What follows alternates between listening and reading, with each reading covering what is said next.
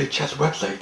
First and foremost, I'd like to recommend, if you guys are into the learning of the game to get better, I'd recommend Manju, Bruce Wallace, and King Crusher. So hope you guys like this. Just trying to help out one fellow chess player to another. We're going to look at this game I played. I was white, and I played the ready opening. So, first couple moves are standard stuff. Knight comes out, d4, d5, fish out on my bishop. Now this move, I was a little surprised.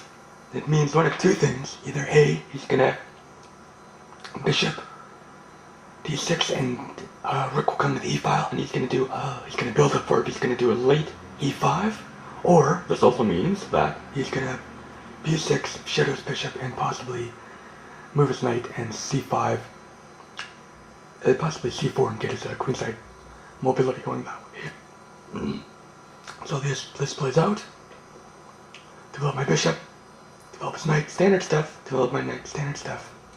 I was surprised by this move, because if he's not going to swap it, then he's just wasting time. So I'll develop out. And he swaps it. And he castles out. So now we're technically in the middle game. We'll appraise his position quickly, and then we'll look at each side's strategic overview. White, we see, has a grip on the dark squares, d4 and e5, with this knight helping on e5.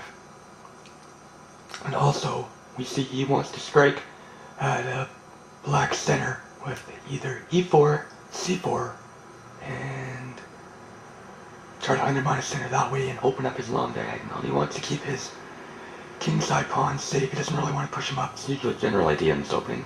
And he wants to get his dark square bishop on the a3 diagonal.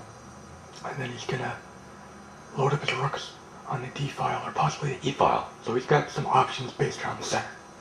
And Black's plan will be either strike at his, since we know his dark square bishop's not there, he's going to fish out his light square bishop and try to strike in the center and on the king side, with possibly moving his knights in f5 or rooks in the e file and late e5 with his knight coming back to d2. So that's Black's plan. So you'll see the game develops. So a good question to ask. It's not what I can do. It's what's flexible in my position and also hinders Black's plans. So we'll see that in this game. Should I move my bishop out? But you're like, aren't you just helping us get rook to the e file? Well, I am, but I had seen this move, which put a very nice bind in Black's position, which I hopefully think is a good move and worked out well in the game. Is this move. Now watch how White's play will be very natural, and Black's just going to try and try and try to break free. Takes it, take back. Attacking his pawn, good stuff. Queen comes to the center, defends it. He attacks and protects his knight. I push it back, all very natural. Threatening mate, big deal. Attack it. Push it back. So we see that he's carried out a plan, but there's no long-term benefit to it. Yes, he's attacking my e-pawn, but I can always move my rook up to f2. I missed that in the game because I was afraid of his knight eventually coming to f5, so I didn't want to let him gain a tempo on that. So, you'll see the g3 and h3 pawns, and your king may come up to h2. Not in this game, but that's a general idea in that kind of pawn structure. So now we're going to see what's going to happen. We're going to watch how Black's going to try to break free, and White's going to utilize his positional trumps, which is the d file, and he's going to have a lot of strikes at the center, e4, c4, and if he doesn't oblige, possibly c3. So we'll see how that happens in the game. My rook, slightly better to e4, the comp says. For shadow, like we discussed. Moving my rook, see if shadows. Moving my rooks. And notice how that for shadow took a little bit of time, where White's play is just natural, he's loading up. So, yes, Black's defending it, but there's going to be a lot more pressure exerted on Black's center. Spanning on the queen side, like we explained, blunting my bishop, no big deal. Boom, strike in the center. Gets the first blow in. Now here, Chessmaster doesn't like this. He says, slightly better is that, because queen to g6, because obviously it has another striker to White's center, but White can always defend it with queen to the e file.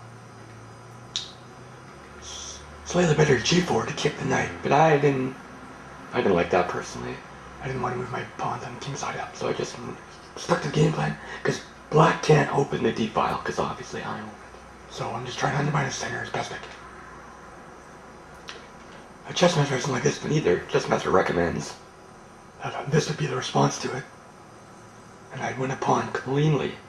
But I was a little concerned about knight take my g4 pawn, and then you get 2 pawns per piece, and I didn't want to make it messy. And so it should have happened. He pushed his pawn in the center, and I'll be up a pawn, but he'll get 2 pawns for the piece. And my kingside pawns will be super weak, and my queenside pawns are super weak, and he's got super strong pawns. I didn't want to give him a lot of counterplay. I didn't think that was a good idea personally, so I just stuck to the game plan. And now I'll win this pawn cleanly. And now, here, we recommend the f5, another strike in the center, but big deal, my center's rock solid. So now we're going to watch how he's going to try to break free, but he won't be able to. So the bit here they recommended was g4. I just wanted to swap queens. And, you know, what are you going to do? What are you going to do? And I wanted to get my g4 covered if I wanted to push it. He obliges, but now his position's toast. f5 strike in the center. I'll just solidify my center and stop b5 push. He takes it. I'll take it.